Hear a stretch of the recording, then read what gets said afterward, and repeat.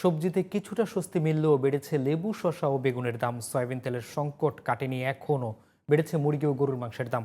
বাড়তি দামে চাল কিনতে গিয়ে হিমশিম খাচ্ছেন ক্রেতারা। রমজান মাসে বাজার নিয়ন্ত্রণে মনিটরিং আরও জোরদারের দাবি ক্রেতাদের। জান্নাতুল ফেরদৌসীর রিপোর্ট। দুয়ারে কড়া নাড়ছে পবিত্র মাহে রমজান।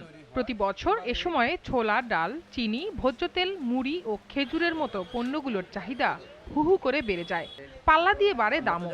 তবে এবছর রমজান ঘিরে ভোগ্যপণ্যের দাম অনেকটাই স্থিতিশীল। প্রতি বছর যেভাবে হঠাৎ বাড়ে এবার ওইভাবে বাড়েনি, সামান্য বেড়েছে। যদিও সয়াবিন তেলের সংকট কাটেনি এখনো, তবে নাগালের মধ্যে রয়েছে আলু ও পেঁয়াজের দাম। সবজির দাম তুলনামূলক কম থাকলেও রোজা সামনে রেখে বেড়েছে লেবু, শসা, বেগুনের দাম। ওই বেগুন, সাদা বেগুন 60 টাকা, আর ওই বেগুন হচ্ছে আপনার 80 টাকা, এটা হলো 80 টাকা, এটা 100 টাকা। অন্যান্য সবজির দাম মোটামুটি একই আছে। তেলের দাম স্বাভাবিক আগের দামে আছে, কিন্তু তেলটা শর্ট। ব্রয়লার সহ সব ধরনের মুরগির দাম বেড়েছে। বাড়তি গরুর মাংসের দামও। বিপাকে নিম্ন আয়ের ক্রেতারা। একটা গরু 7,000 8,000 টাকা করে বেশি, তাহলে আমরা কি করব বলেন? নাকি আপনারা নিজেরা না না, আমরা নিজেরা বাড়ি, সারা বাংলাদেশে বাড়িছে। আমরা ভাবছিলাম যে 750 টাকা করে হবে, কিন্তু এখন বাজারে এসে দেখছি যে 800 টাকা।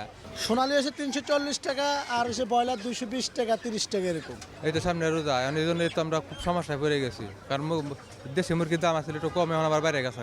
মাছের বাজারে দেখা গিয়েছে মিশ্র প্রতিক্রিয়া। এটা মলা মাছ 500 টাকা কেজি, কাসকি 500, বাতাসি 1000, ফজি 500, পাবদা 450। এদিকে বাড়তি দামে চাল কিনতে হিমশিম খাচ্ছেন অনেকেই। 1 কেজি নাজি বাড়ছে 10 টাকা 12 টাকা, 1 কেজি বাসমতি বাড়ছে 10 টাকা 12 টাকা।